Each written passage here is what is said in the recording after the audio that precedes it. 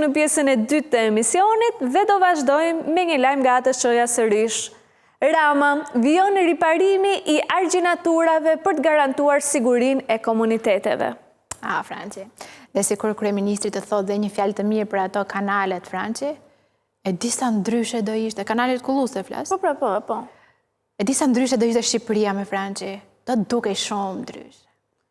Po, pse, si mendon ti Jona? Për shembull, si ndikojnë këto kanalet kulluse në integrimin e Shqipërisë në Bashkimin Evropian dhe në pasaportën evropiane? Po ja, për shembull, Franci, nuk do përmbytet Maliqi, nuk do përmbytet Donofrosa, nuk do përmbytet Droja atje në Mamuras. Dhe për shembull, fshatarët do jenë shumë të lumtur, sepse delet dhe pulat nuk do u marrin më ujë. Ashtu? Po normal. Ndërsa unë kam një propozim krejt tjetër, kolege. Më thuaj, kolege. Unë them që shteti këto lekët e kanaleve kulluese, mos t'japi fare. Ua, po pse? Si pse? Tashi, vendi do përmbytet, do mbaroj punë ujë me përmbytjen të marri përpara çka për të marrë? Po. Edhe shteti shkon shpërndan banorëve të dëmtuar 9 miliard lek, edhe kështu janë këtë kënaqur të gjithë. Po 9 miliard lek, thot, po tani më fal, ku t'i gjej shteti ato 9 miliard lek? Jo, shteti i ka dhënë 9 miliard lek. Po vetëm ja ka shpërndar drejtorive të ujësjellësit dhe të kullimit. Po gjithsesi vendi u përmbyt. Gjatë dhe pas përmbytjeve të ditëve të fundit, kemi parë ministre e deputet të shkojnë në zonat e fatkeqësive.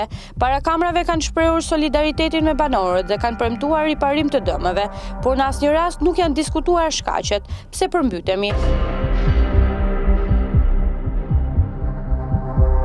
Në shumë zona, si për shembull Maliq, Dymal e tjerë, fermerët kanë akuzuar drejtorinë e ujitjes dhe kullimit për shkak të mos funksionimit të kanaleve. Por e duhet të hapen kanalet, su hapen kanalet të kësa vas kemi neve. Të hapen të kanalet, rreth e mbanë, si që është aty, se këtu ka vite që nuk po bëhet kanalit të shqiti. Që prej vitit 2017, ku qeveria krijoi 4 drejtoritë e ujitjes dhe kullimit, detyra atyre u përcaktua qartë, të planifikojnë nevojat për ujitjen, të mirëmbajnë kanalet, të rihabilitojnë infrastrukturën dhe të mbrojnë territorin nga përmbytjet. Organizimi u bë në këtë mënyrë, secili prej drejtorive mbulon 3 qarqe, zona të gjëra me qindra kilometra kanale kulluese dhe argjinatura.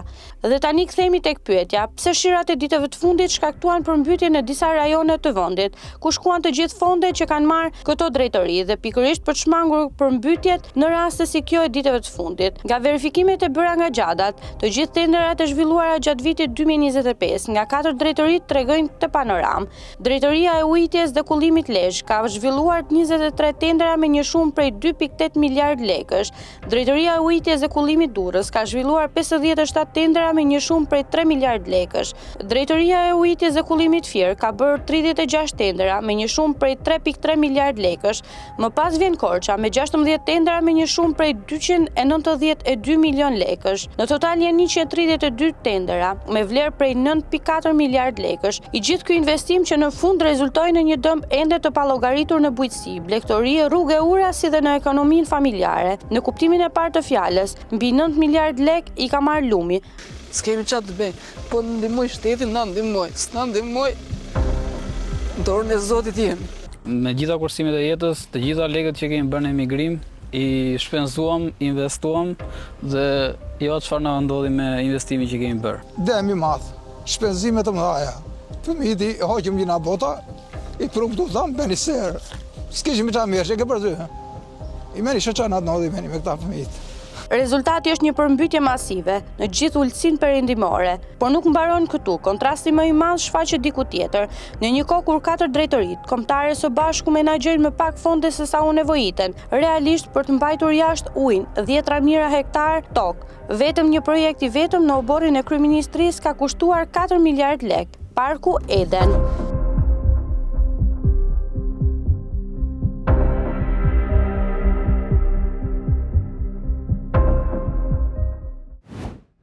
Bo, Franci, këto përmbytjet një tmerë, nuk e di, kisha dhe ca njerëzit e mi atje në fshat, thanë, Flarë gjë, pula, dele, mullarët me barë, mi kishte grirë fare njerë. Po, letërim pak të këto lekët që jepen, Jona, se na ka ardhur një ankes nga Përmeti. Thot që bashkia ka bërë një investim në rrugën Përmet-Leuz. Do me thënë, me tender besoj, ja? Po që ke këto pyetje, po Jona, bezigurisht me tender. Ashtu, Po, jo, e theksojmë, sepse dua që shqiptarët ta kuptojnë që këto janë me lekët e tyre, Faxhi. Dhe po bëhet gjithë kjo mrekulli inxhinierike, Dhe si ishte e rruga, si të më the, Përmet-Leuz. Po. Jona, të lutem, thuaje pa frikë dhe me zë të lartë atë, një mrekulli inxhinierike. Se që ta dish ti, falë këtij investimit që ka bërë bashkia, tashmë përrejnë kanë dalë nga shtrati dhe kanë bllokuar të gjitha familjet. Për pak punimet e rrugës Leuz. Urdhë bashkia Përmet. Shko.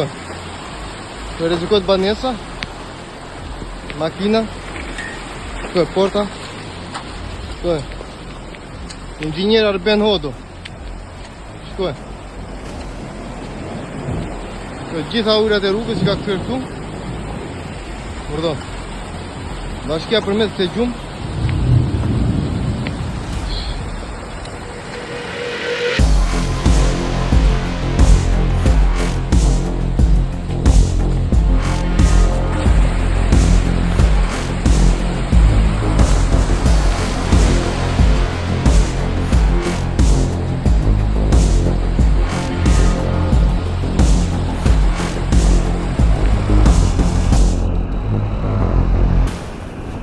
Po, gjëra të vogla, me Franci. Po që i ka shteti këto 9 miliard lek që i ka hedhur aty për kanalizime. Po, asgjë nuk i ka. Madje populli jonë shqiptar ka një shprehje shumë të bukur që thot ti heqesh 100 derrit. Ne që ne kemi harxuar 400 milion lek aty për drasa që janë ke sheshin Nën Tereza. Qa drasash? Po me, qa 400 milion shemoj? Qa po thua tani? Gami nxirr gjithë lek me Franci. Më fal, Jona, pse ti nuk e di që është bërë një instalacion aty te sheshi Nën Tereza me disa akademisë, edhe universitetit, edhe ish kolonave, më në mes, është bërë një instalacion që quhet Hënat e Tiranës. Tamam e ka Tiranas Moons. Franci nuk digjon, unë di. Madje kam dëgjuar kryeministrin që ka thënë që aty do bëhet një parkim kështu nën toksor. Po. Derisa ti vi radha këtij parkimit nën toksor që ke dëgjuar ti, ne kemi ndërtuar këtë instalacionin me këto drasat me vetëm 400 milion lek qepta, Jona.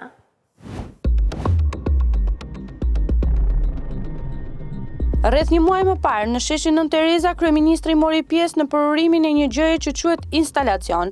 Këtij objekti i vënë një emër të huaj, Tirana Moons, e përkthyer në shqip pak a shumë i bie Hënat e Tiranës. Është kënaqësi që të jem edhe këtu e të ndaj me ju këtë moment që është shumë i rëndësishëm për Krisin, me sa duket, sepse ishte fiksuar ta sillte hënën në Shqipëri në vend që të çonte Shqipërinë në hënë. Mendoj që ka diçka interesante që duhet të shkoduar, sepse sa herë arkitektët ndërkombëtar mblidhen në të tillë numra në këtë qytet, Shqipërisi duhet të luajë një ndeshje futbolli. E bën arkitektët e huaj? Po. Çfarë mrekullie, vetëm se u bë me paratë tona të taksave, ja historia.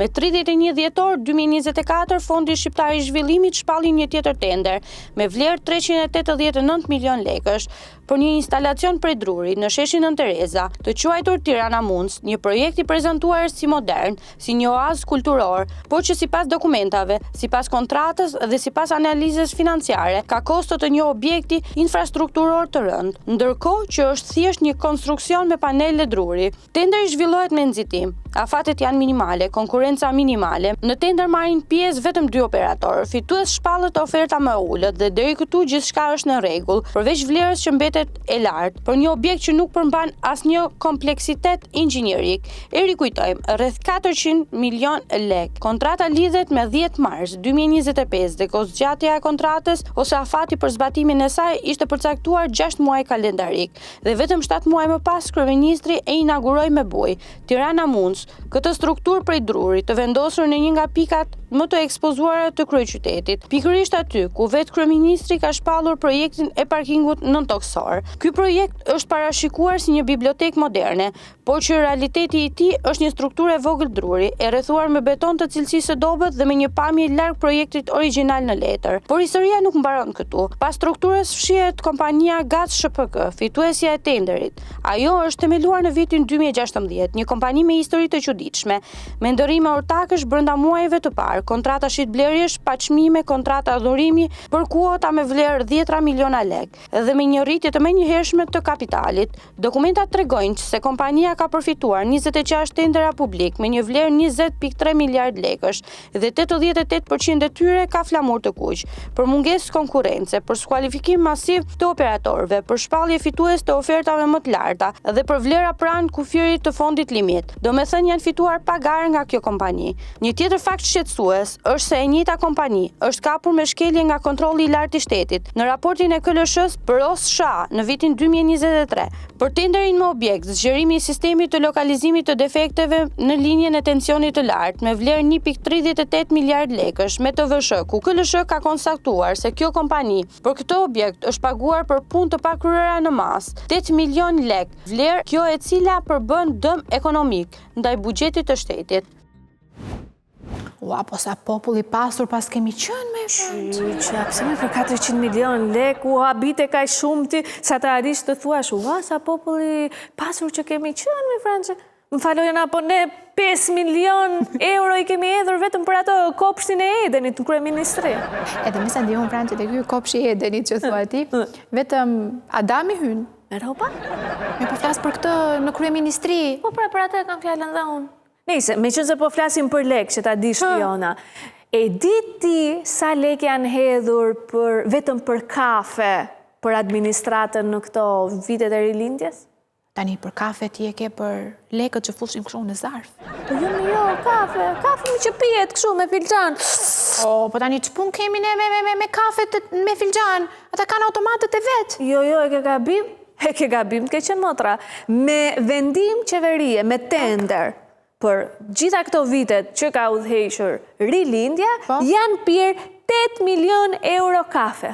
Po ne xhmien e shkret për kafe e dënuan. E pra e dënuan, po atyre nuk ishte ligj për kafe, tani e kemi me ligj. Administratës shqiptare i ka dalë nami i keq për kafe, me të cilët shpesh nënkuptohet rryshfeti, por kjo nuk përjashton kafen prej vërteti, ajo që pihet me filxhan. Veç shteti nga taksa tona u ka dhënë institucioneve shqiptare para për kafe, dhe kjo e gjitha sipas rregullave, me tender. Kjo praktikë ka nisur që nga viti 2012 me ardhjen në pushtet të rilindjes. Nga verifikimi i kryer nga gjadat për periudhën 2010-2025, rezulton se deri në maj të vitit 2013 nuk ka asnjë shpenzim të regjistruar për blerje kafesh nga institucione publike, por pas vitit 2013 situata ndryshon plotësisht. Në vetëm 12 vite, 70 institucione kanë zhvilluar 510 tendera për kafe, shuma totale 822.2 milion lek, mbi 8 milion euro para publike të destinuara për shërbime janë përdorur për filxhanet administratës. Institucionet që kryesojnë listën janë po aq befasuese. Në krye të hit paredit të kafeve rënditet shërbimi informativ shtetëror, i cili rënditet i pari ndër kafexhinjtë e shtetit shqiptar, që natyrisht e ka pirë me lekët e taksapaguesve. Bëhet fjalë jo më pak, por për 82.5 milion lek. Po a ka ndonjë institucion që mbikëqyr përdorimin e parave në këtë vend gjanum? Natyrisht që ka. Për shembull, Autoriteti Mbikëqyrjes Financiare. Ky autoritet ka shpenzuar 73.2 milion lek për kënaqësinë e një filxhani. Nuk do ta besoni, por ujësiellës kanalizime Durrës, SHA,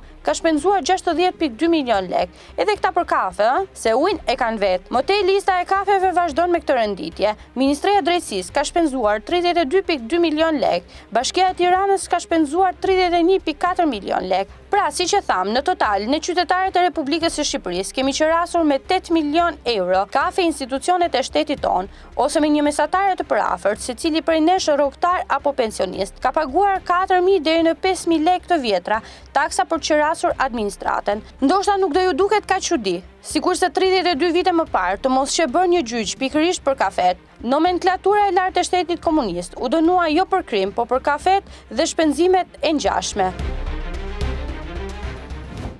Kjo ishte gjithçka që kishim përgatitur edhe për sonte dhe do të shihemi sërish bashk nesër. Në të njëjtën orë. Po, në të njëjtën orë, në të njëjtën. Në të dyja këtu. Në të dyja në të njëjtat karrige. Deri atëherë natën. Natën e mirë.